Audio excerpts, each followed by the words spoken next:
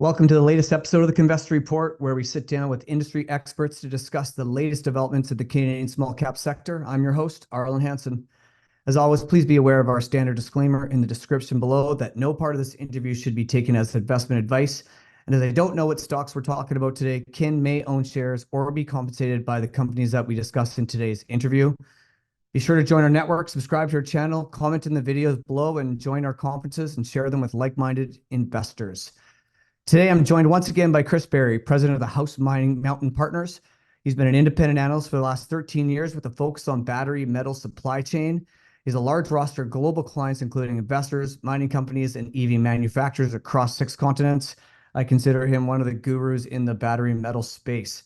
Aside from traditional supply, demand, and pricing analysis, his recent work is focused on battery recycling, alternative extraction technologies, and how battery metals will play an increasing strategic role in geopolitical and supply chain realignment. Chris, honored to have you on the show again today. How are you? I'm well. It's great to be back. Thanks for the opportunity. Yeah, swimming in the sea of red out there today, probably. Yeah, blood in the streets, I think, metaphorically and literally in some cases. So yeah. Not as fun when the stocks are going down, but that's part of the game. Yeah, that comes and goes. Last time we had you on the show, we talked about lithium, and we'd said to our audience that I really wanted to bring you on to discuss graphite. Last year, Benchmark Minerals research predicted that next to lithium, graphite was one of the strongest supply-demand crunches coming, stating that it needed 97 new natural flake graphite mines to come online to meet future demand. So I think this is rather timely, and I feel like graphite is highly misunderstood by the market and not very transparent, of course. Can you discuss how graphite plays a role in the clean energy transition and how it differs from lithium or other battery metals? Yeah, I think, look, I would probably agree with the benchmark assessment. I think the only other metal that might rival lithium or graphite in terms of criticality is nickel. And, as we have chatted in past interviews, I mean, all of these metals and minerals have their own sort of supply and demand dynamic. And I think, graphite is one that has been overlooked. I mean, I can remember even as recently as 6 or 8 or 12 months ago, everyone's saying, well, I don't understand, why lithium price it continues to go up. Why isn't graphite increasing in terms of price and demand and so on and so forth, if it is indeed critical? And I think, look, one of the challenges with graphite is that the Chinese control just about all of the market, okay, whether or not it's natural graphite production, synthetic graphite production, or of course, active anode material production, where they control about 100% of the market. And I think that is one of the reasons why investors have stayed away. I think the Chinese, quite frankly, are just a little bit too powerful, and there's always the concern with graphite of, well, you know what, how much excess capacity really does exist in the market? Now, to your point, I do agree. Look, we're going to need much more graphite. It's not easy to recycle if you can really recycle it at all. So that kind of takes that out of the equation. And if we are looking for IRA compliant material, right, where is that going to come from? You've got material that is sourced. Obviously, there's a little bit in Canada. There's parts of Africa. There's India. There's Brazil. It would make total sense to really start to focus on something more domestic or more North American focused. And again, I think the challenge you run into is you're looking at an 8 to 10 to 12-year slog to get some of that material into the market. Okay. The only other thing I would say is one of the challenges in terms of thinking about graphite and its ultimate kind of supply demand dynamic is, you do have what I would kind of characterize as a mixed market or an evolving market. Natural graphite, despite its better carbon footprint relative to synthetic and its lower cost, again, just isn't quite as available and has some disadvantages in the battery relative to synthetic graphite. So you're going to see a blend, I think, in the anode side. And so what that really does, I think, is puts a little bit of a question mark in some investors' minds about, okay, well, what is the true natural graphite demand going to look like out in the future, given that there are so many benefits with respect to synthetic? Okay, and one other thing I'll say, Arlen, and then I'll pause, is, again, I think the exciting thing is that there's a great deal of innovation going on the anode side of the battery. with respect to silicon anodes as well. And that's probably a whole other podcast or a whole other discussion. But again, you know, the benefits that silicon bring to the anode and to the overall energy density of the battery are really indisputable. But then again, you know, what does that mean in terms of the long-term sustainable demand for both natural and synthetic graphite? That's really, I think, the overhang of the question in the market right now. Mm-hmm. Well, I do want to bring you back on to talk about silicon because I'm learning about it in my geology courses right now. So very timely that you brought that up. Is there any other demand for graphite, do you think, outside of the battery metal space? Yeah, I mean, look, graphite has always been a steel story. And so, you know, when you think about global GDP, when you think about the China growth story and just industrial demand, I've always sort of said, okay, that's going to grow that demand for graphite in the steel business. That grows at, say, global GDP going forward, right? So let's call that 3%, which, hey, I'll take it, right? But that's not enough to get North American graphite mines built. The battery business today is probably, I don't know, 25, 26% of global natural graphite demand. And so that arguably is going to accelerate. I'm sure Benchmark or some of these other consultants have their views.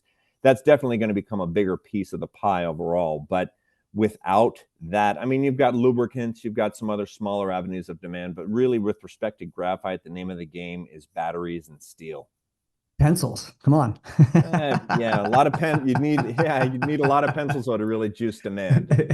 I actually meant to ask this as a follow-up question, so it's a little out of order. Can you tell our audience what IRA compliant material is?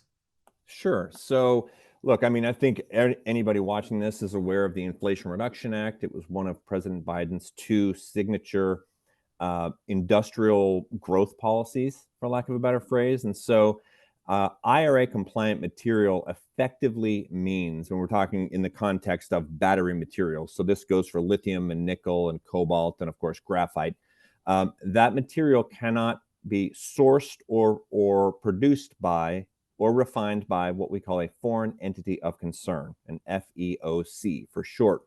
There are all sorts of definitions around what comprises a foreign entity of concern, but for the sake of this conversation that we're having, really it's any material that is mined, refined, or it's sourced in China, Russia, North Korea, or Iran. Those are sort of the big four right now. And so the non-allies, really.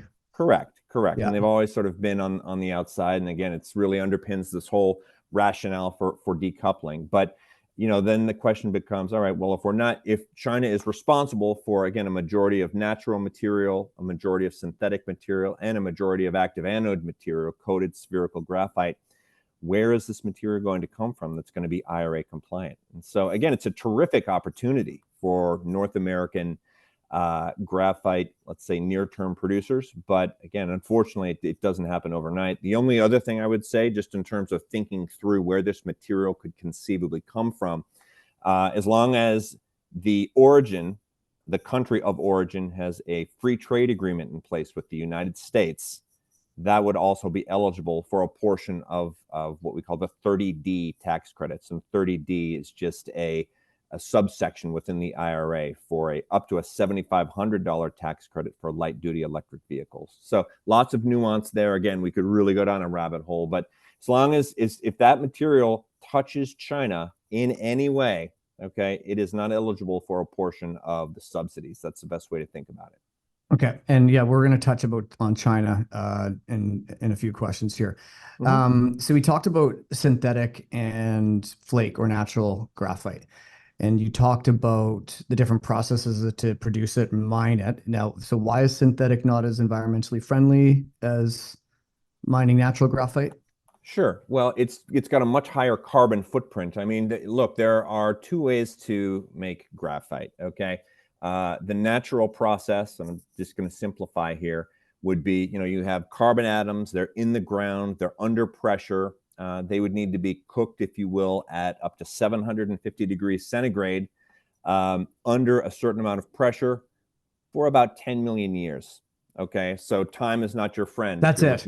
That's all. That's all it takes, right? The cool 10 million years. You know, and again, there's a balance. I mean, I'm, you know, this is a little bit tongue in cheek, but On the synthetic graphite side, okay, that really is sourced from needle coke or petroleum coke, which is just oil residue, okay, or waste from oil mining, oil production. And so what you do there is, again, it's a similar process. You take that material, you take that waste, you would heat it up to around 3,000 degrees centigrade for a much, much, much shorter window of time, perhaps weeks, maybe a short number of months. But the beauty of synthetic graphite is it's highly engineered material.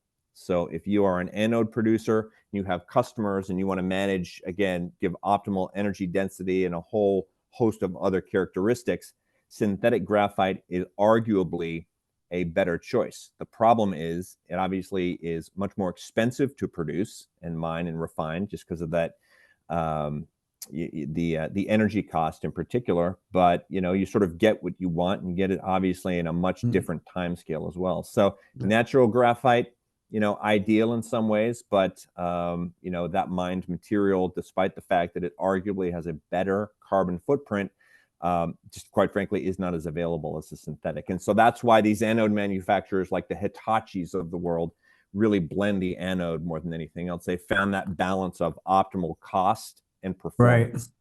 Right. Yeah. And so how are they, what's the price discrepancy between the two? It varies. I mean, a lot of that depends on, your input costs. I mean, on the natural graphite side, your biggest cost, arguably with respect to OpEx, is the acids and the reagents. And then on the synthetic graphite side, it's really the energy cost.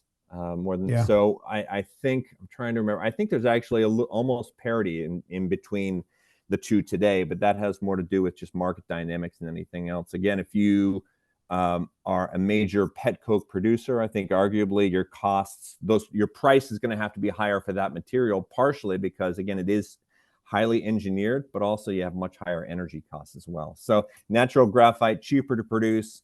You can probably get a pretty good margin if you're a natural graphite mining company, simply because of the demand overall. But again, it's really difficult to get away from synthetic graphite, because the switching costs going from one producer to another producer are, quite frankly, pretty high and pretty sticky. Right. Yeah, that makes sense. So I want to shift our attention to supply in North America, and particularly United States. And, we all keep reading that US has basically zero graphite production and rely completely on non-allies for their supply. And so what's the big issue here?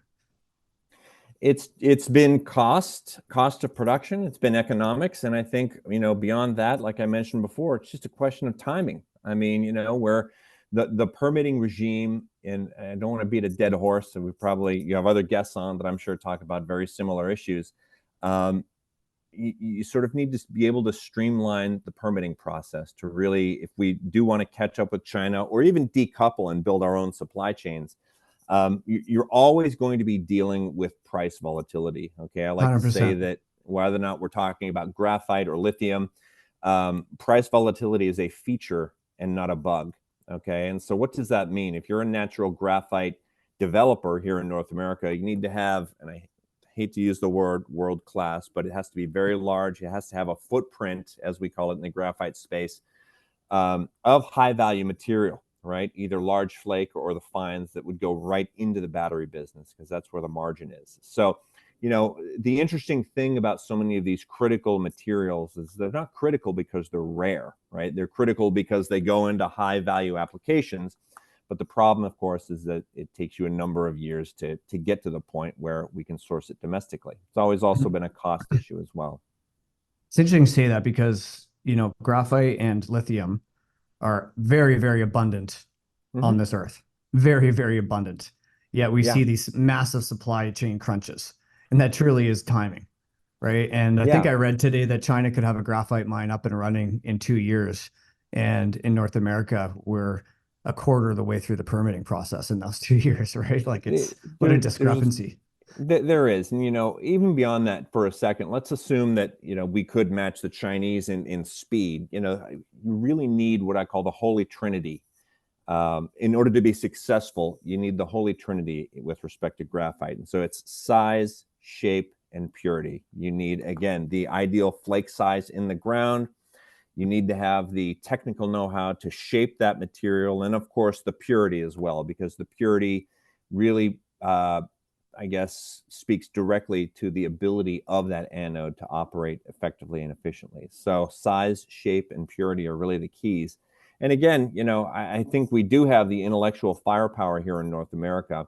We even have the capital markets, right? I mean, I feel like, we've done these podcasts and these meetings over the years, Arlen, and it's always been, oh gosh, if we could just get somebody to come in with like $50 million to fund a mine or to get to feasibility. And now, even with the the unsteady state of this market, I mean, you've got offtakes and you've got capital coming in on a weekly basis, right? So capital isn't the issue, whether or not it's coming from the private sector and with respect to the Inflation Reduction Act and the Department of Energy, or the public markets as well. So that's the good news. The money is there, the intellectual firepower is there. I just think that because we've sort of outsourced the vertical integration of the supply chain, not just the mining and the refining, but the shaping and the coating and the actual anode production, you just can't rebuild that overnight. And so again, this is not a reason to throw in the towel. It's simply a reason to say, hey, look, let's get to work, because you can't rush this. Mm-hmm, mm-hmm. So now back to China here, or going to China. They announced last year that they're tightening grips on rare earths and graphite and basically banning their exports. Why are they doing this? A lot of it, I think, actually has to do with just what the United States is doing in terms of semiconductor equipment bans, for lack of a better phrase. So what I think you're seeing with the United States and China right now is a tit for tat with respect to either strategic technology or strategic materials. I mean, the Chinese, this is not, so the export restrictions that you're referring to with respect to graphite that went into effect in China on December 1st of last year, it's not the first time that they have done something like this. Last year as well, the Chinese government restricted exports of gallium and germanium.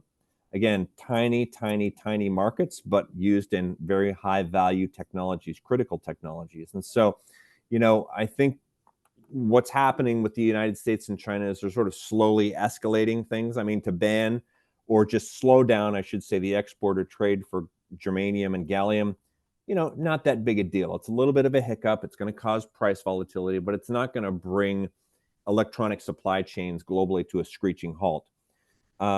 When you start to do things like that with graphite, which is a larger market, again, has more end markets, as we mentioned before, it's critical for batteries, critical for electric arc furnaces. It does start to make a little bit of a dent, right? And just sort of slow things down. And that's, I think, what the Chinese government is just doing at this point in time. They're not saying, hey, we want to restrict, graphite exports in perpetuity. This is just us, meaning the Chinese, sort of flexing our muscles in response to what the Americans are doing in terms of trying to slow down China's technological advance around semiconductor supply chains. So you're likely to see more of it. I don't know what's next on the list. I'm sure the Chinese, Ministry of Commerce has a big list, and they know, hey, the Americans are, 100% dependent on imports of, I think it's 18 or 19 of these critical metals, right? Like, this is not a secret, but they'll as we escalate, we meaning the Americans sort of escalate and try and impede their growth, their technological progress, they are going to find ways to do the same to us. And part of their strategy is with these export restrictions. And so what you saw towards the end of last year, by the way, this was not a surprise, right? We didn't wake up on a random Tuesday morning and all of a sudden there was no graphite. I mean, I think in sort of August or September of last year, if I remember correctly, the Chinese came out and said, starting December 1st, you will need a special export license to export what we would call dual use graphite materials. So that would be the anode or purified material, right?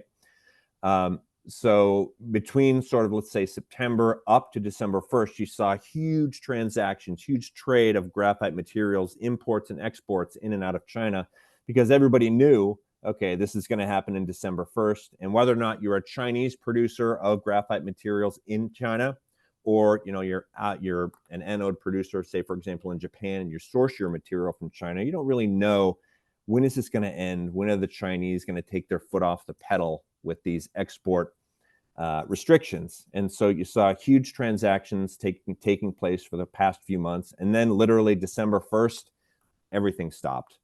And so what's been happening now is a lot of destocking. That's why you've seen price softness, and everyone's just kind of waiting to see, okay, how long is this going to last? And it's sort of a game of chicken, quite frankly, between the Chinese and the Americans, but it is affecting the global graphite supply chain for sure. Yeah. So we're in full-blown resource wars now, aren't we?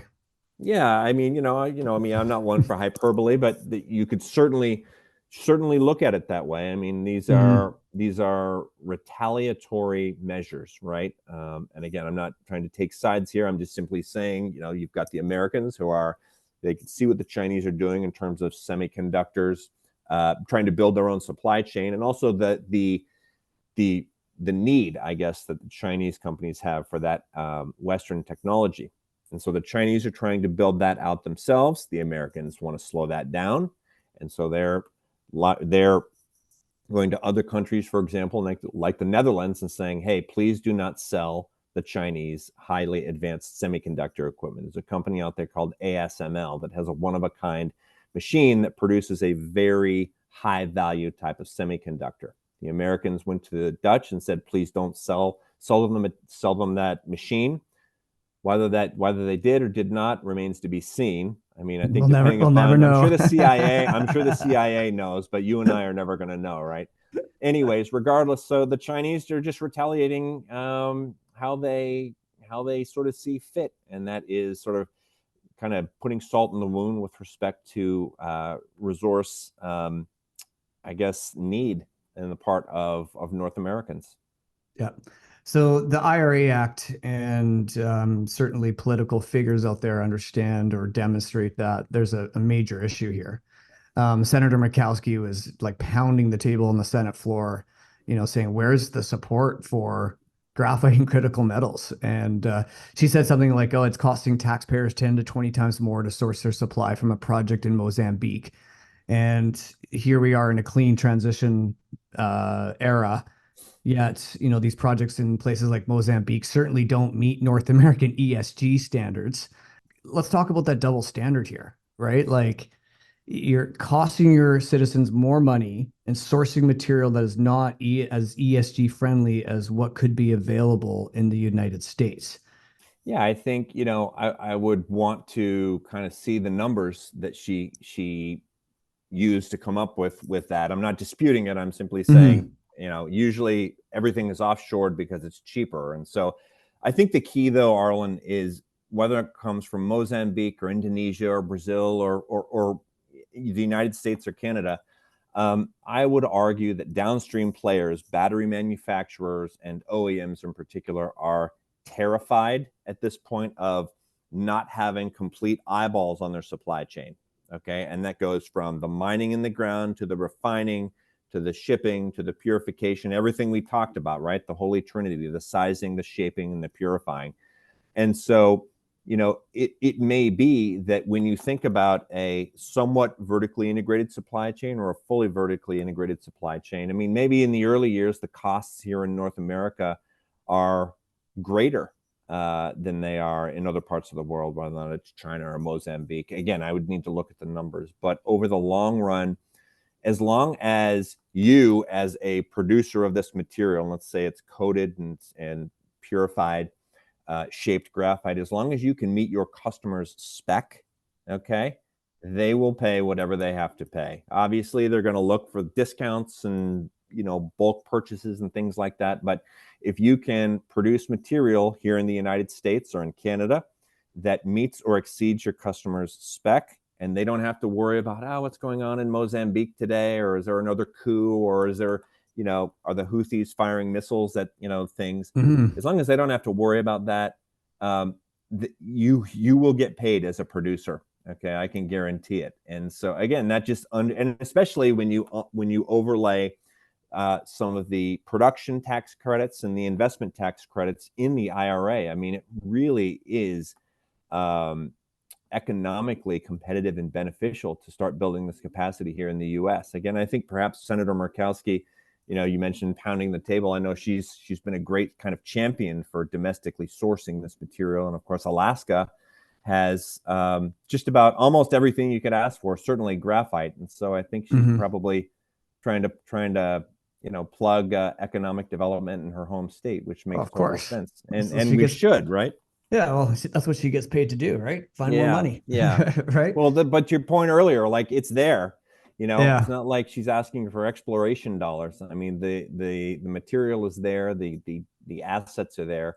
And so why are we messing around in Brazil or Mozambique or other countries when the material is here, right? And so it's just a question, I think, of political will. It has nothing to do with capital. It has nothing to do with, oh, we don't know how to shape or purify graphite. Of course we do in this country. It's just a question of lining all of those up and then getting the political will in place to get these mines built. And I think, the other issue is whether or not you're in the political class, or you're in a mining company, or you're an environmentalist. I mean, you've just got to be pragmatic about what we have to do. I mean, just to harken back to those benchmark numbers you mentioned, I mean, they are, even if they're half right, they're astounding. Yeah, they are. It's crazy. And the same thing goes for lithium and nickel. And I mean, I'm sure many people watching this have seen all of these same numbers, right? So they're astounding, even if they're half right. And that's just going to take a lot of pragmatism and bargaining, quite frankly, on the part of all of the stakeholders that are involved, if we do want to build something akin to, a vertically integrated, decoupled supply chain. Right. So are there any projects in construction right now in the US right now that are either permitted fully or in construction for graphite production? I mean, I think there are a handful that are in various stages of, let's say, development. I mean, you have Nouveau Monde up in Canada, Graphite One in Alaska. You have a handful here in the United States. There was one that I just saw this morning. The name is escaping me, but they announced an offtake agreement with SK. So, that's sort of the chicken and the egg, right? Like you have to have a large and kind of delineated asset and deposit that has a pathway to production in order to attract these offtake players. But I know for a fact that, again, these downstream players, I'll just name a few randomly: Ford, General Motors, SK Innovation, LG. They are starving, quite frankly, for domestically sourced raw materials, and in this case, domestically sourced graphite. So I think it's more just a matter of time than anything else. And I think ideally what you'd like to see is, rather than just sort of an offtake agreement where the battery manufacturer says, we will buy X at a given price in the future, come in and actually fund some construction, right? Yeah, like we saw in the lithium sector. Yeah, like we saw in the lithium sector. Get some skin in the game, right? Like take an equity position, and part of your reward for taking that equity position or project level investment is discounted offtake in the future. That happens in lithium. I don't see why it wouldn't or shouldn't happen in graphite going forward. Yeah. So we are going to touch base on what the hell is going on with lithium very quickly after this question. Sure you want to do that? Yeah, as long as we can be quick. So what names out there do you think have leverage to graphite?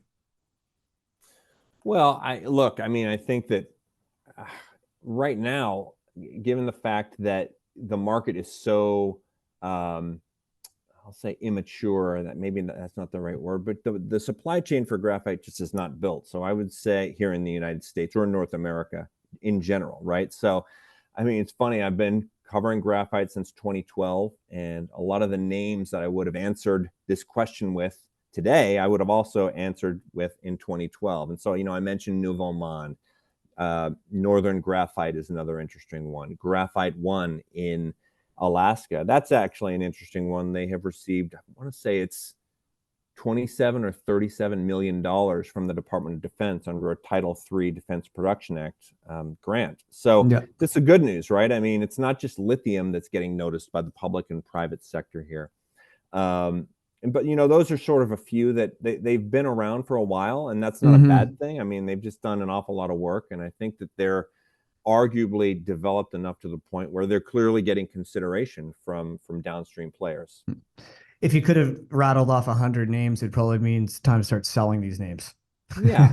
Yeah, no, Right? you're absolutely right. When This they is all part start of the, staking ground and they all start yeah, acquiring and changing their names from Gold XYZ to Graphite BYC or whatever. right. Right. Or, So, uranium. I'm sure you'll have yeah. a Oh uranium man. expert on, and it's kind of the same thing. I mean, uranium was rock and roll last year, right? As lithium was crashing, I can think of a couple of lithium names that all of a sudden they, found a uranium deposit and they're going to add that to the portfolio. I Yeah. mean, that's Yeah. Yeah. unfortunately that's just part of the game and part of the cycle with respect to the juniors. Yeah, So yeah, yeah. Uranium was certainly the talk of the show at the VIRC this year. It was I'm sure. you couldn't walk 10 feet without someone talking about like the next big discovery they might have in the Athabasca Basin.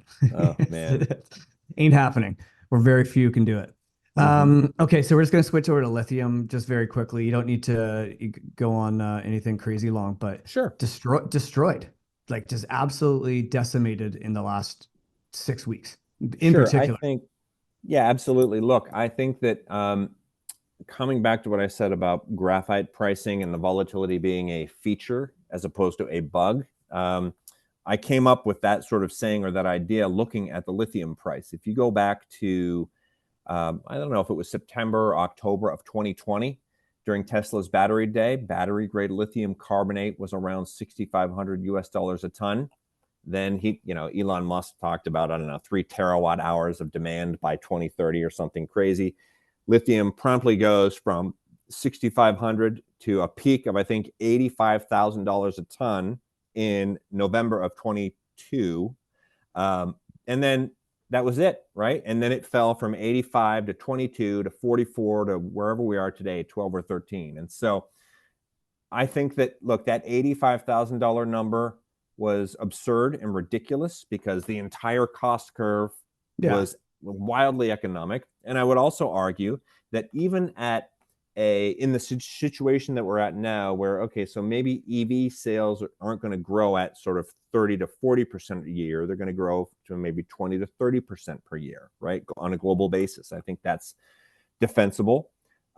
You're still going to need a lot of lithium. And at $12,000 lithium, which is roughly where we are today, there's a significant portion of the existing lithium cost curve that is maybe marginally economic. And in many cases, everyone talks about, oh, this material from Africa or Chinese lepidolite is going to flood the market.